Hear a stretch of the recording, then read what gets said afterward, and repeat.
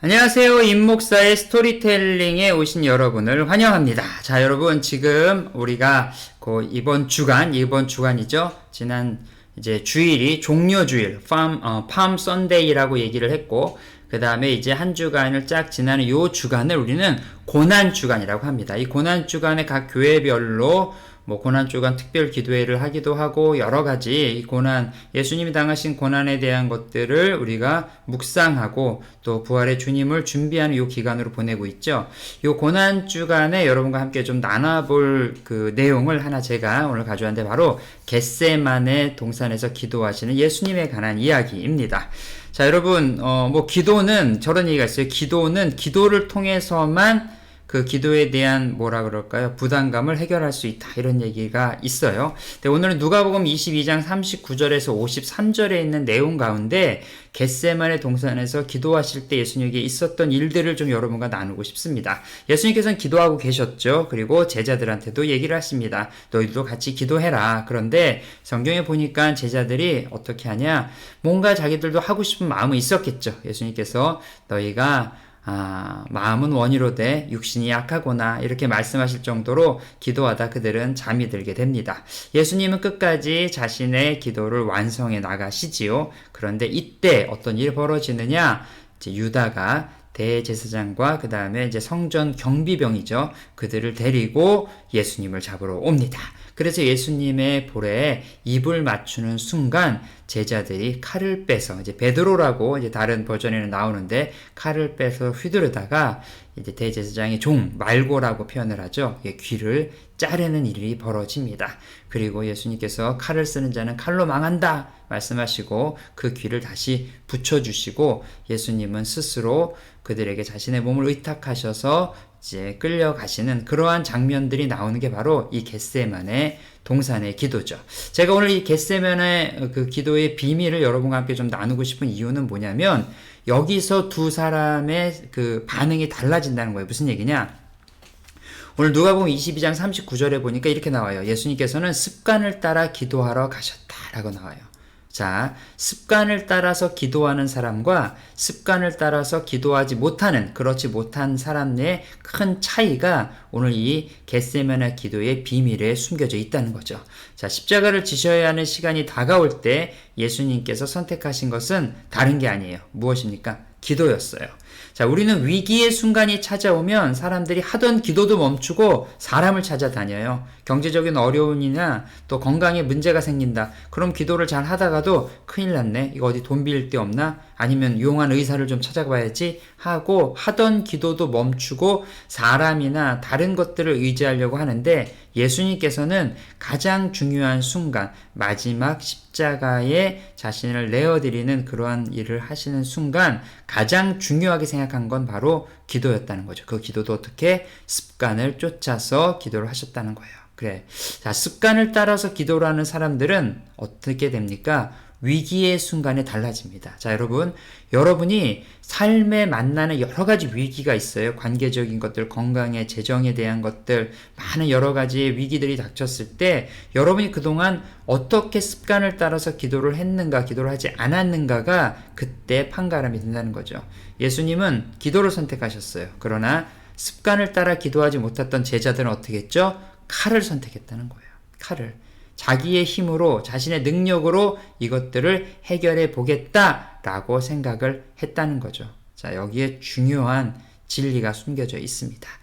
예수님은 땀방울이 핏방울이 되도록 기도를 하셨어요. 왜냐? 습관을 따라서 기도하셨기 때문에 그 기도가 더욱더 간절하게 하나님 앞에 다가간 거죠. 하지만 제자들은 어떻습니까? 습관을 따라 기도하지 않았기 때문에 다른 사람의 귀를 잘라서 피를 보는 일을 만들어냅니다. 예수님은 땀방울이 핏방울이 되도록 스스로를 온전히 내어 던졌지만 제자들은 그렇지 않고 다른 사람의 피를 보는 이러한 일을 만들어낸 거라는 거죠. 위기의 순간에 나의 반응은 평소에 내가 어떠한 습관을 쫓아서 기도를 하는가가 증명이 되는 거죠. 습관을 쫓아서 기도하지 않는 사람은 어떨까요? 생각처럼 일이 되지 않고 예상치 못한 어려움이 닥쳤을 때 나의 반응과 나의 습관이 지금의 나를 증명하는 겁니다. 자, 여러분 명심하십시오. 어려운 일이 닥치고 내가 어떤 일들에 막혔을 때 내가 지금 반응하는 그 반응이 결국은 내가 그동안 쌓아온 나의 습관과 연관이 있다는 거죠. 습관을 따라 기도하는 것은 내용도 달라집니다. 제자들은 자신들이 하고 싶은 행동을 했지만 예수님께서는 어떻게 하셨죠? 예수님께서는 아버지의 원대로 되기를 원하옵나이다. 이렇게 기도하셨어요. 기도의 내용이 하나님의 뜻을 향한 기도가 달라지는 거예요. 어떤 사람이요? 습관을 쫓아서 기도하는 사람은 나의 기도 자체가 달라진다는 거죠. 습관을 따라서 기도를 하면 나는 죽고 예수만 남게 되는 거예요. 하지만 내 마음대로 기도하면 예수가 죽고 나만 남는 겁니다. 명심하십시오. 습관을 따라 기도하면 내가 죽고 예수만 살지만 내 마음대로 기도하면 예수를 죽이고 나만 살려고 하는 사람들이 나타난다는 거죠. 예수님께서 우리 가운데 알려주신 주기도문에도 있지요. 뜻이 하늘에서 이루어진 것 같이 땅에서도 이루어지리라. 여러분 이게 무슨 뜻입니까? 하늘에서 이루어진다는 것은 하나님의 뜻대로 되어지는 것처럼 이 땅의 모든 것들도 우리가 기도할 때 하나님의 뜻이 이 땅에 이루어지길 원합니다라고 그렇게 기도를 한다는 거예요. 그리고 예수님께서도 우리가 그렇게 기도를 해야 된다라고 말씀을 하시는 거죠. 뜻이 하늘에서, 뜻이 하나님께서 원하시는 대로 하늘나라에서 이루어진 것처럼, 영적인 세계에서 천상에서 그런 게 이루어진 것처럼 우리가 보여지는 현실 세계에서도 그런 것이 이루어져야 된다라고 말씀을 하십니다. 자, 여러분, 고난주간입니다. 이 고난주간에 여러분들 어떻게 이 고난주간을 보내고 계신가요? 제가 여러분에게 좀 권고해 드리고 싶은 것은 이 고난주간에 예수님의 습관을 따라서 하는 기도와 같이 여러분도 한번 기도를 작정해 보십시오. 하루에 10분, 15분도 좋고요. 시간을 정해서 하는 것도 좋습니다. 습관을 따라서 한번 기도해 보십시오. 우리의 인생 가운데 가장 중요한 습관은 기도의 습관과 말씀 보는 습관이에요.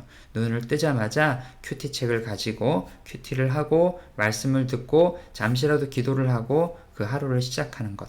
아침에 눈을 뜨고 무엇을 할지 이것저것 바쁜 것도 많죠. 그런데 그런 것들을 하다 보면 정작 중요한 것을 놓칠 수가 있기 때문에 하나님 앞에 습관을 따라 기도하는 것 여러분들에게 정말 필요할 것 같습니다.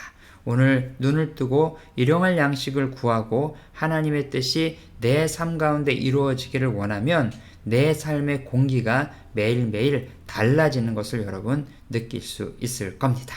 자, 여러분들에게 오늘 요 메시지 스토리텔링을 통한 적용 질문을 몇 개 드릴게요. 첫 번째, 요즘 나는 습관을 따라서 기도하고 있는가? 아니면 내가 필요할 때만 기도하고 있는가? 여러분 체크해 보십시오. 두 번째, 나의 기도는 나의 목적을 위한 기도인지 아니면 하나님을 위한 하나님의 목적에 맞는 기도인지 여러분 이 점도 한번 점검해 보십시오. 고난주간 여러분 조금 더 우리 예수 그리스도의 고난에 동참하는 것, 습관을 따라서 기도하는 것, 내 삶보다 하나님의 뜻이 어디에 있는지를 더 구하는 그러한 한 주간이 되었으면 좋겠습니다. 여러분 임목사의 스토리텔링 도움이 되셨다면 구독과 좋아요 부탁드리고요. 여러분 또 승리하는 삶이 되셨으면 좋겠습니다. 화이팅!